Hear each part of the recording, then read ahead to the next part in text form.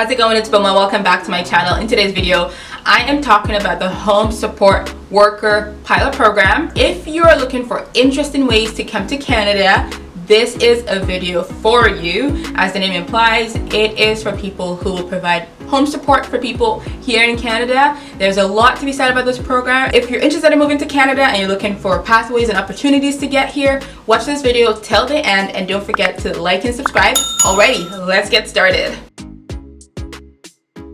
Who is eligible for this program? This is a program for people who have at least 24 months experience working as a home support worker or as a child caregiver. And unfortunately, working as a housekeeper does not count. You have to have at least 24 months experience in this profession in your home country. So maybe you're wondering, why exactly does Canada want caregivers to come to the country? There are a few reasons for that. The first reason is this global health situation that we're all experiencing right now. Even before the health crisis, the demand for caregivers was through the roof. It's a job that is very, very labor intensive and unfortunately does not pay that well, in my opinion. I think if you're going to be there not just working, as a care aide, sometimes you have to provide food, you need to provide emotional support, you need to wipe people's butt. You need to get compensated really well, and unfortunately that's just not the case in Canada. I don't think caregivers are being paid as much as they should. Now with the health crisis going on, I was just listening to this on the radio. They were just saying how if you work as a private caregiver, you may not have gotten the pandemic, you may not have gotten an increase in your wages the past few months with everything going on, unlike if you worked for maybe the government where people have been getting wage increases just because of the health emergency. So that's the first reason. The first reason is we are in a crisis and we need a lot of people to work as caregivers. And if you're wondering, why do we need people to work as caregivers? Because we're in a crisis. That brings me to point number 2. Canada has an aging population. If you look at the statistics out there, and I'll share that on my screen, and a lot of Canadian citizens are not having a ton of kids. There's a lot of old people in Canada and they need help. And so because Canada has an increasingly aging population, the demand for this profession is only going to increase. Some of them, some people who work with seniors work in long-term care homes, and some people do that at home. There are many seniors who don't want to go to retirement home, but they need support at home. And sometimes it's not even a senior, it could be a person who's young but has a disability, it could be a person who had an accident, it could be a person who had a stroke.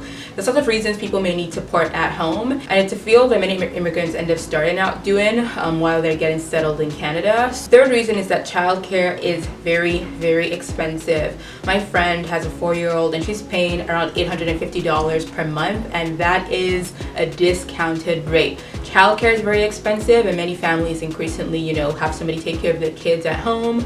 Kind of like an au pair, they, babysit, they help with meals, they sometimes drive the kids to the park, etc. So just like most other application processes to come to Canada, you'll receive a work permit, but this is an occupation-based work permit, which means that you can't really come here and work as a home care provider for 3 months and then get bored and go work as an engineer. It doesn't really work like that.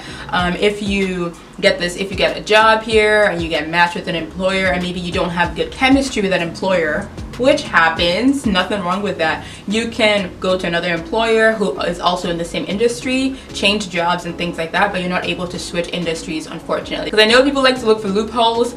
This program does not have any of those loopholes. You will have to work for 24 months. After your 24-month experience working here in Canada, your permanent residence application will be assessed and you can go from there. Right now, the program that is still accepting applications is the Live-In Caregiver program. So that means that you will be required, to live in the home that you're providing care for.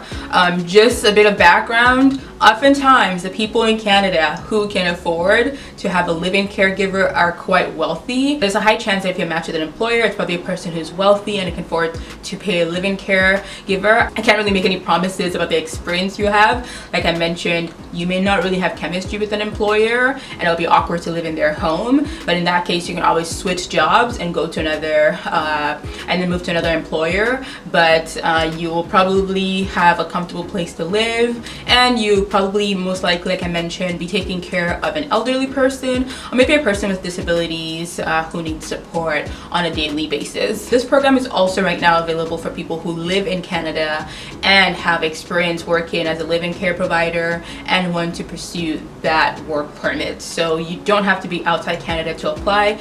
If you're in Canada, you can also apply, and actually one of my friends is currently waiting for a decision based on her application because she has experience in that field. I'm not an immigration expert, but I've seen people who were successful in applying for this program who did not have maybe 2 years of home care provider experience back home, but maybe they had 6 months of experience and maybe 1.5 years working in a residential shelter, for instance, and maybe they worked in an orphanage and they lived there. There's lots of ways that I've seen people get creative in terms of that 24-month experience, but the most popular ones that I've seen are people using live-in care shelter experience because those sort of skills are transferable. And of course, super importantly, is if you have experience working with people with disabilities and if you have experience working with seniors as well, because those are probably the two demographics that you'll be working with quite intensely. I hope this video was helpful. If you have any questions, feel free to comment below. I also invite you to join BOMA Nation. I have a Facebook group and let's keep the conversation going on there. So don't forget to like and subscribe. Thank you for watching and I'll talk to you soon. Bye.